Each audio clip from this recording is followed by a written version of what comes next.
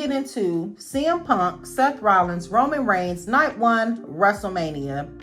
Now, the discord going around with that is Night 1 isn't even a real main event. It's not even real. I'm just kidding, you guys. But that is the discord that's going around. It's not even a real main event. So let's get into CM Punk and how I really feel about this whole thing. Me personally, when CM Punk was in the company all them years ago, I wasn't the biggest fan of his then. I just didn't see what everybody else saw. Now, fast forward to today's timeline, what's going on with Punk, I still feel the same exact way. I feel like CM Punk is one of those guys to where he's like the anti. So when you're an anti anything, you're going to always have people behind you because more people are always against the system than possibly with it. And CM Punk has kind of always had that aura. Like, you know, I'm not going to do what you tell me. I'm going to do what I want to do. And half the world thinks like that. So when it comes to Punk and his main eventing, I totally feel like he is playing catch up. Just like Cody said, like, there is no competing here. You're trying to catch up to where I am. And that's how I feel about Punk even now. CM Punk is definitely trying to do everything that he didn't do. And this is why I say I am very upset with them putting this dumb-ass triple threat match for Night 1 because Punk cried his way into the main event.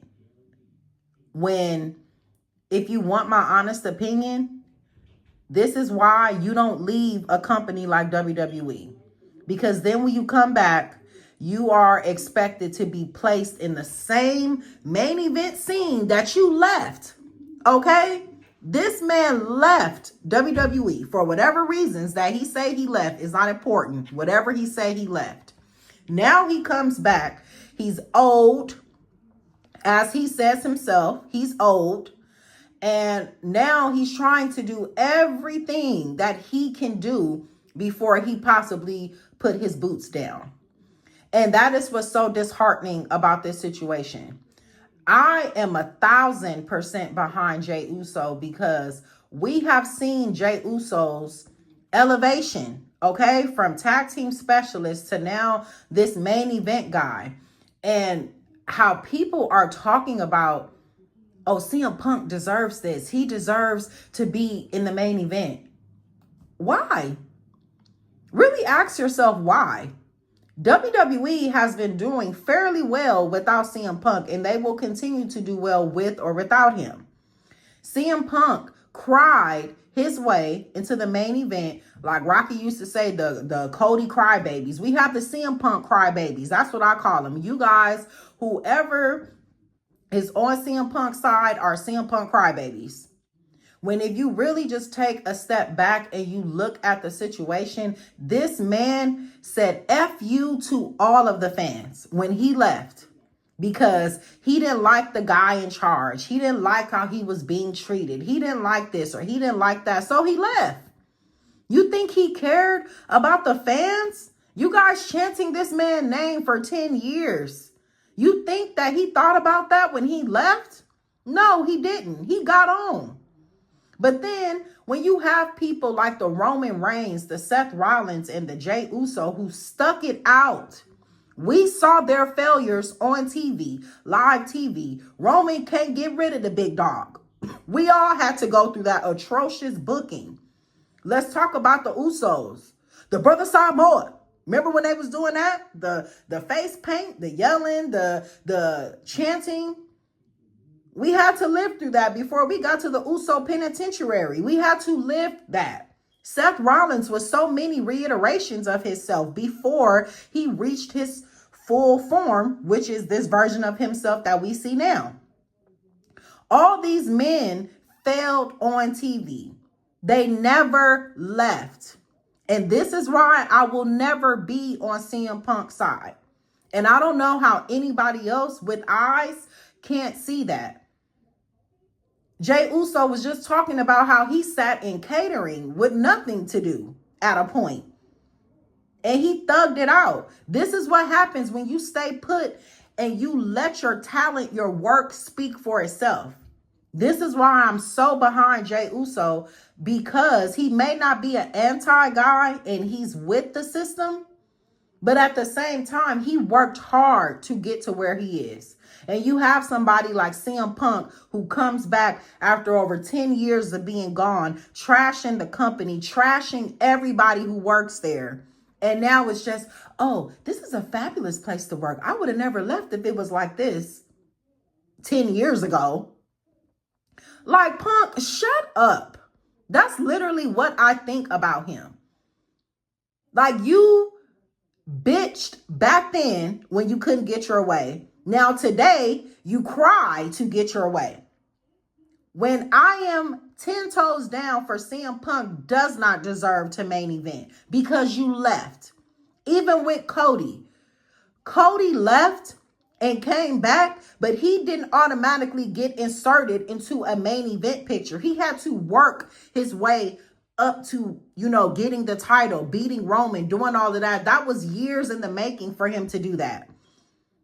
And now you have Punk, who have never main event at WrestleMania. Yeah, because you want to be the guy. CM Punk wants to be the guy so bad.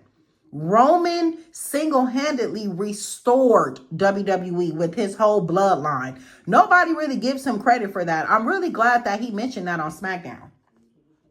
That I single-handedly rebirthed this company in my image. And that's literally what he did. The bloodline breathed life back into the company. You think anybody was chanting CM Punk during bloodline segments? No.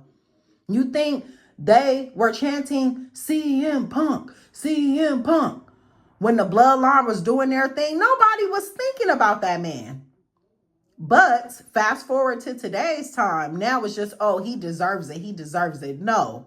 Seth and Roman deserve to be in the main event, of course. And let's not forget about Seth Rollins, the workhorse of WWE. Seth Rollins is at the top of his game right now. And to even see that Seth and Roman, maybe they couldn't headline WrestleMania, but they were actually building to that with Punk and Seth. But Punk, of course, got injured because he's old. So you get injured a lot. And when they had their steel cage match on, Netflix, I kind of knew like, all right, this is probably going to not culminate into WrestleMania. Probably something else is going to go on. Then when Roman came out, it was okay, this is going to be a triple threat, of course. But for Roman, him headlining WrestleMania is not a surprise. Like, even with his demeanor, with how he was on SmackDown, he's chill. You think he was upset as Seth was? He don't care. Roman is there to get paid, show up, do what he do, and then leave.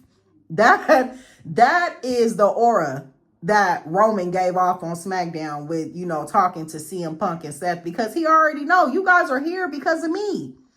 You guys are main eventing because of me. Roman didn't have a care in the world. He just smiling with them pearly whites, just smiling because he knew y'all here for me. So, okay. So when you kind of just think about it with CM Punk, he has this pick me syndrome too. Like, he wants to be the guy, but to me still the guy is Roman, the guy is Cody, is not Punk. If Punk was to leave today, WWE would be in the same exact position that they are. The only difference is when Roman came and he did his bloodline, when he really took the head of the table, the tribal chief, to a whole nother level, he, like I said, he single-handedly revived WWE. He had that 3.5, 4-year title reign because of it. Who was really going to take the belt off of him? Who was going to hold that responsibility? Only really maybe 2 or 3 people have that asterisk on their career with they had the company on their back. John Cena, Stone Cold Steve Austin, and now Roman. Everybody else were just players. But these guys single-handedly led, guided the ship for their perspective eras. Stone Cold Steve Austin single-handedly led WWE into victory over WCW. Everybody else were just players, but he is the one who did it. John Cena, same thing. He single-handedly led the PG era, made it what it was, and became the greatest of all time within doing that. Everybody else were just players. Now we have Roman. Fast forward to now, Triple H's era, this era, pre-Triple H era. Roman Reigns single-handedly put the company on his back with the bloodline and rebirthed that company, period. What has CM Punk done but complain? I'll wait. What else has he done? But complain, but whine when other guys are getting what he wants. That's what it comes off as. He wants to be in the position that Roman is in, that Cena was in, and what Stone Cold was in. He wants to be that. So as far as this triple threat match, I don't really too much care for it. I'm okay with Seth or Roman winning. If Punk wins, I don't know what comes from that. They're trying to paint this whole the favor. If Punk wins, he's going to get added to Cena and Cody's match. And I just don't see that happening. I just don't see that happening at all. They're not going to taint Cody and Cena with adding Punk in there. So I don't know what that's about. And the next thing I wanted to talk about was Naomi and Jade. I am totally on Team Naomi. I love Naomi. I don't care if she's a heel or a face. I feel Jade is getting exactly what she deserves, if you ask me. Naomi is definitely overlooked, underutilized, and it's time that sis is getting her shine. And I just really hope that they can book this angle correctly. Now, I don't know if Jade or Naomi, which one is going to come out on top. But as far as the booking, I hope they continue to book Naomi how they are. Naomi needs to come off as a threat. Like, I'm tired of y'all bitches playing with me. That's really what, she kind of has to tap into. Like, I'm tired of y'all playing with me. And I think that's what she's doing. That whole proceed with caution. When you talking to me, proceed with caution. When you stepping to me, like, you better know who you stepping to. So I'm really happy that they're doing that with Naomi. Like, basically all of the glow stuff, all of the happy cheering and dancing to the ring, that's done now, because now Naomi has to make a statement. And I really do believe that she is going to make her mark. Hopefully Jade and Naomi go into WrestleMania. I really hope. Now, something interesting too I wanted to touch on with Jade and Naomi. If y'all can go back in time with me. Now, y'all remember when they were doing the whole angle with who ran over Stone Cold Steve Austin, right? Y'all remember that. Now, if you go back to that time, Triple H was not even really in the realm of being a suspect, because he was busy doing that Kurt Angle stuff, if y'all can remember. Like, Kurt Angle, Stephanie, and Hunter, they were like in this triangle type situation.